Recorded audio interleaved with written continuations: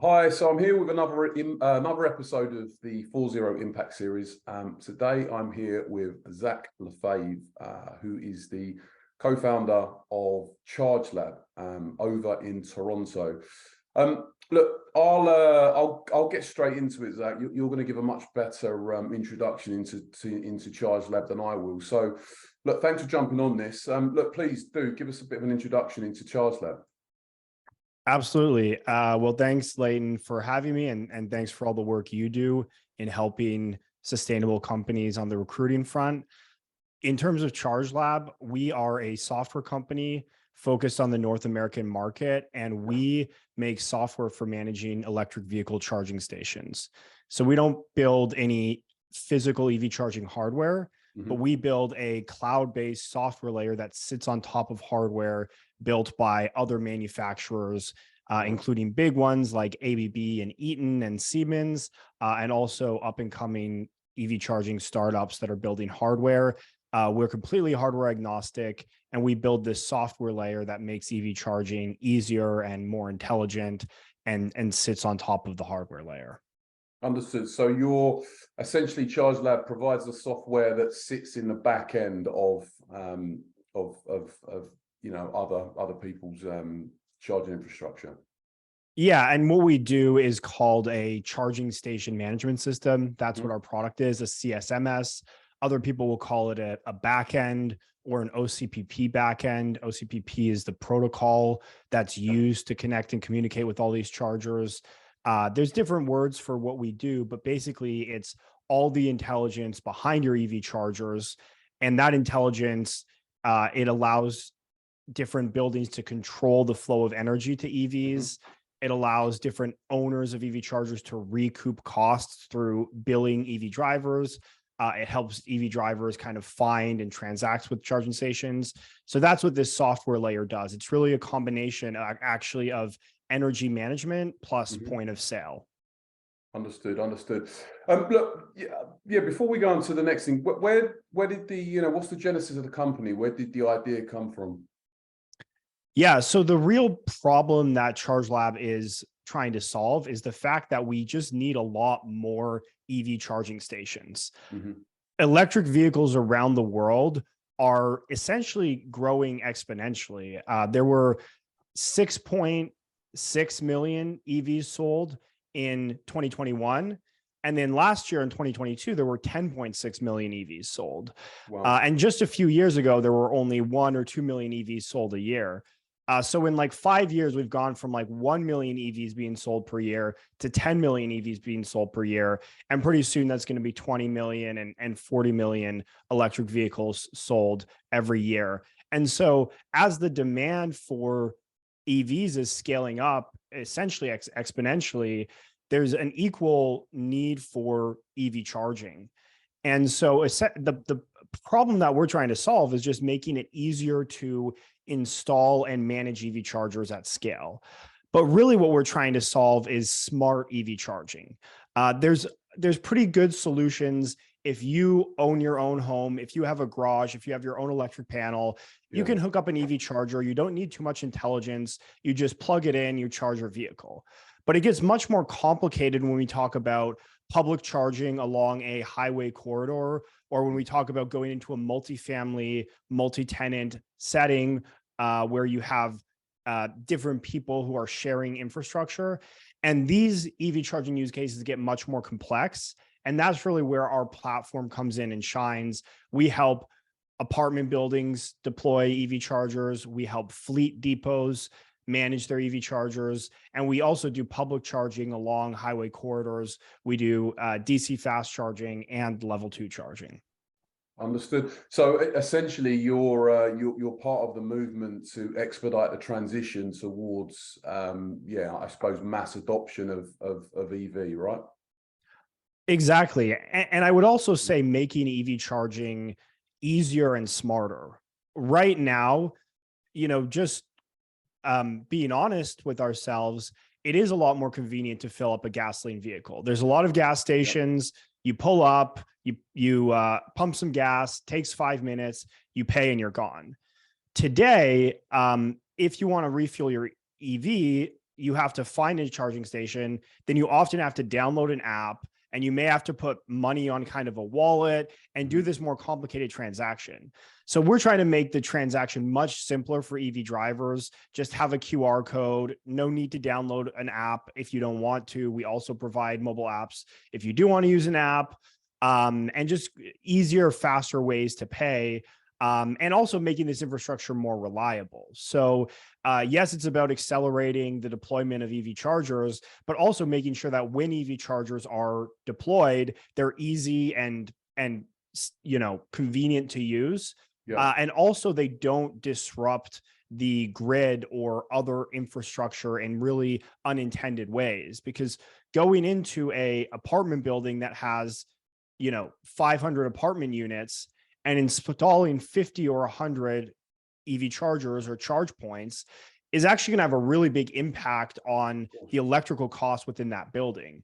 And so we actually have load management algorithms that can mitigate those costs and kind of relieve the worries that a property owner might have about putting in 20, 30, 40, 50, 100 EV chargers into their properties.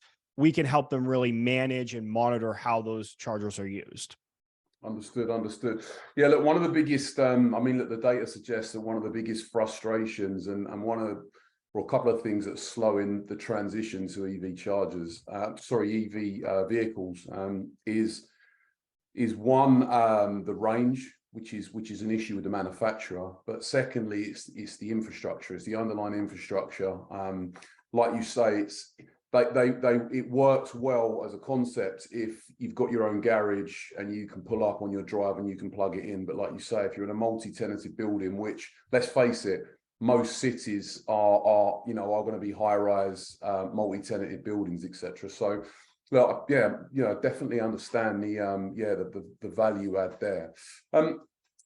In terms of the company, so you started in what, 2014? Is that right? 2016 we incorporated. So 2016. My apologies. Circa. What's been the story so far? Circa 50 plus employees. What's been? Tell us more about the journey so far. Yeah, it's been a great scale-up experience. We started in 2016, and today in 2022 or 2023 now, we are over 50 employees, but the scale up, like this industry, has not been linear. We actually didn't raise any venture capital financing until 2019, and we really did our first major round in 2021. Okay. So we raised kind of less than $1 million in venture capital before 2021. And then we raised $4.5 million in 2021 and $15 million in 2022. But the first 4 years was really about being in the market early, understanding this very, very nascent industry, and building a solution that was going to create long-term value. And in those early years, 2016, 2017, 18, 19, people really doubted if EVs were just a fad or if they were going to be the new trend. And for me, what it was about in those early days was looking at the data. The EV sales numbers were not incredible by any means, but what was incredible was that they were doubling every 12 to 18 months. Okay. And if you look at a trend like that, like when we started the business in 2016, I think there were like 500,000 electric vehicles sold around the world. And you spread that across, 100 plus countries. That's not a lot of electric vehicles. Like it's literally, 100,000, 200,000 in the United States, which is our main market. But what's interesting is, like, let's say the year that there were 200,000 EVs sold in the US, the next year there were 400,000. And 400,000 is still a small number, but it's doubling. Yeah. And that doubling trend has continued to this day, to a point where, last year there were over 1 million electric vehicles sold in the United States and over 10 million sold around the world. And that's what we were betting on the early days. And eventually, in 2019 and then more substantially in 2021, we found investors that kind of agreed with our thesis. And so we went from being, less than 10 employees, really up until, 2020, 2021, we were less than 10 employees. But then since then, we've kind of doubled our head count. We went basically from, 12 to 25 and now 25 to 50. And so it's just been different challenges at different points. In the early days, it was about staying alive and making sure that we were building something valuable and that there was one day going to be a market for this. And then in the last kind of 2-3 years, the market has arrived, and it's been about executing and getting our product into that market, building strategic partnerships like our partnership with ABB and our other strategic partnerships, and scaling the team and finding great talent, which, as you know, is so critical. Every business is about the people that we bring into the company. And so we have a huge emphasis on finding the right talent, compensating them competitively, and creating a positive place to work, because, we're having a positive impact on the environment. We're building a business that we hope will be profitable. But we also want it to be a positive impact on the people who are working here and all of our customers too. Well, look, you've done a great job so far. The numbers don't lie. And it's interesting that you were quoting stats, because I'm pretty sure I read earlier this week that they're anticipating that global sales is going to exceed 22 million by 2025, which is which again sticks to that trend that you just raised, and ultimately, as I guess, as the unit price of electric cars goes down and it becomes more accessible to the masses, and the infrastructure as well improves, again, you'd like to think it's going to hug that trend, moving into 2030. So look, you also brought up a good point, Leighton, about the range. Like, another stat, in the past 5 years, the average range of a battery electric vehicle, so hybrids are different, but like an all electric vehicle, the average range has gone, I believe, from 200 kilometers to 350 kilometers. And that's just been in the last kind of 5 years. And so if that trend continues, our average kind of vehicle range is going to go up to 450 kilometers, meaning our more premium kind of vehicles are going to have a range of 500, 600, 700 kilometers. And we're really starting to rival the range of a gasoline vehicle at that point.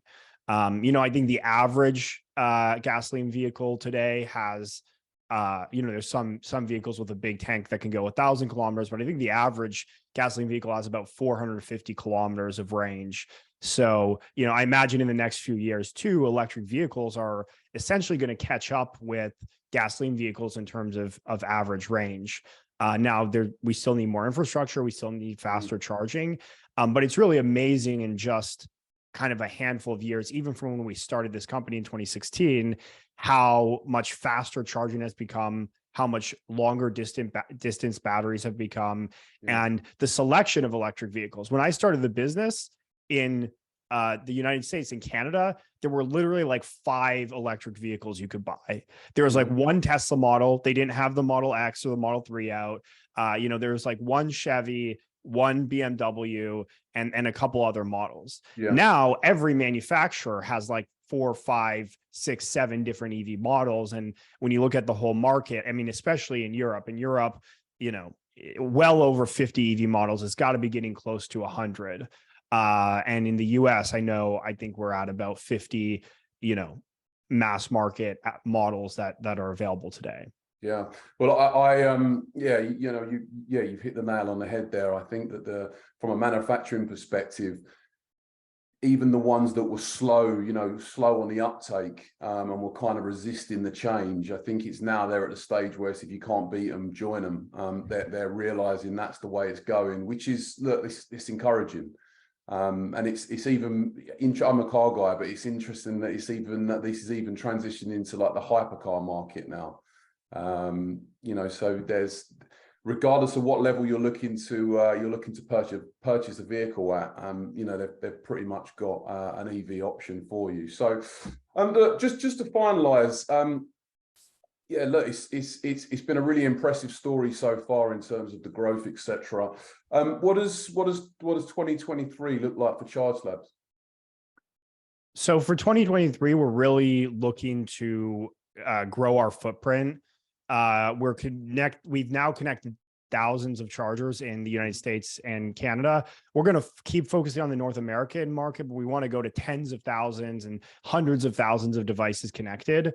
That's going to take a big effort on the engineering side to make sure our platform is scalable and robust. But luckily, we've built a really, really strong foundation, both in the engineering team and in our technology.